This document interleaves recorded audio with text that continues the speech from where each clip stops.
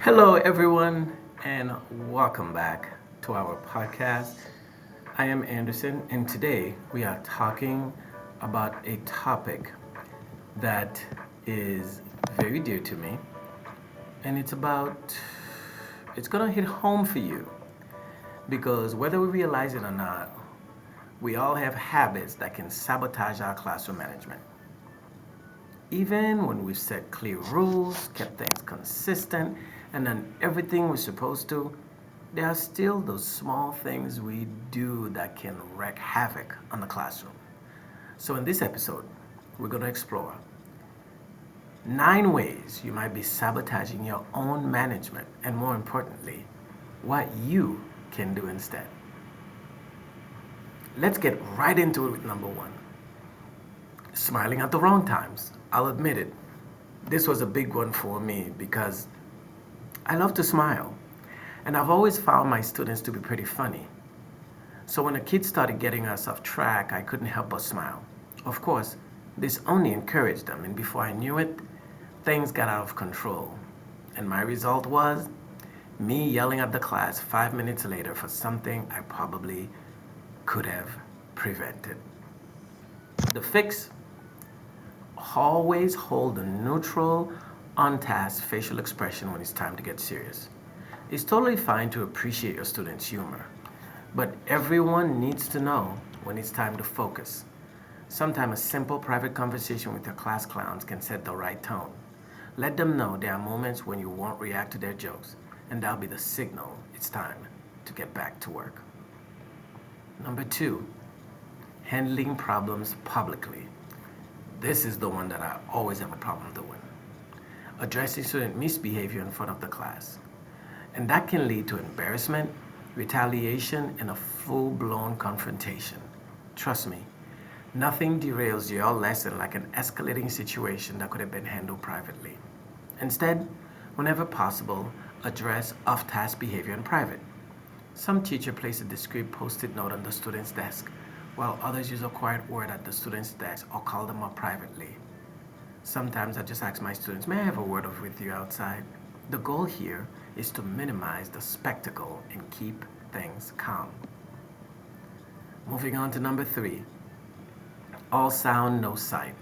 Sometimes we give instructions verbally and expect students to follow them, but we forget that students often need visual cues to really get it.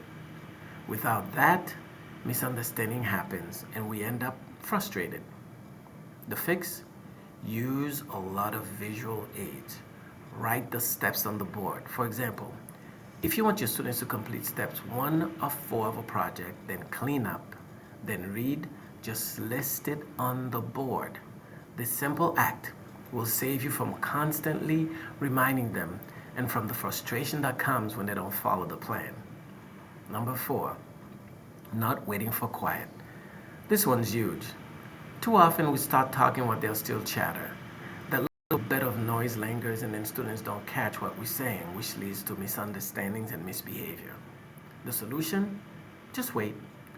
Wait a few extra seconds until the entire class is silent.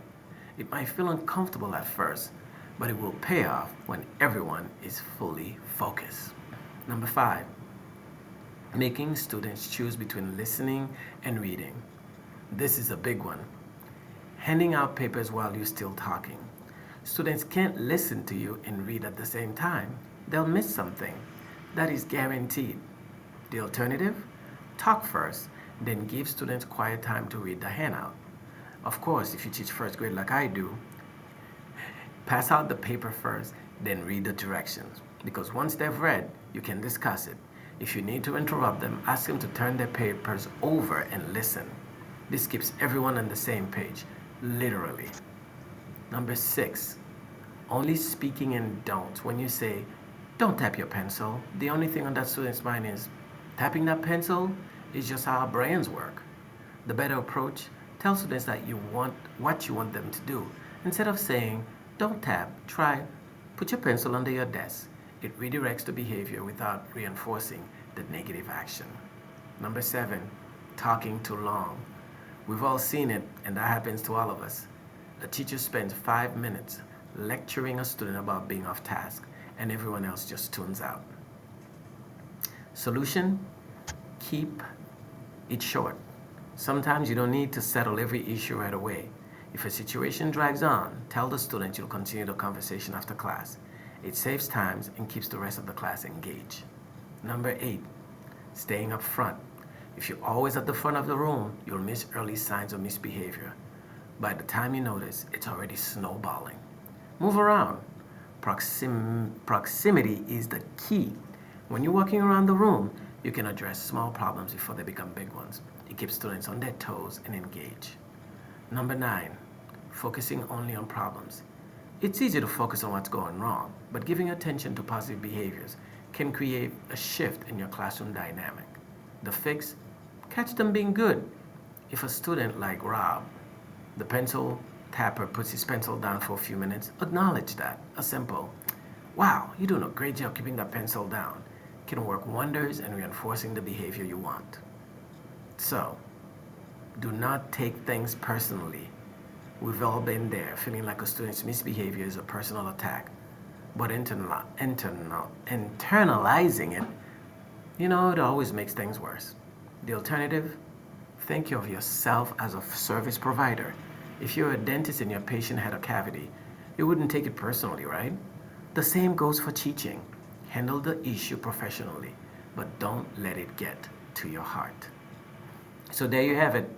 9 ways plus an additional one you could be sabotaging your own classroom management, and some strategies to turn things around.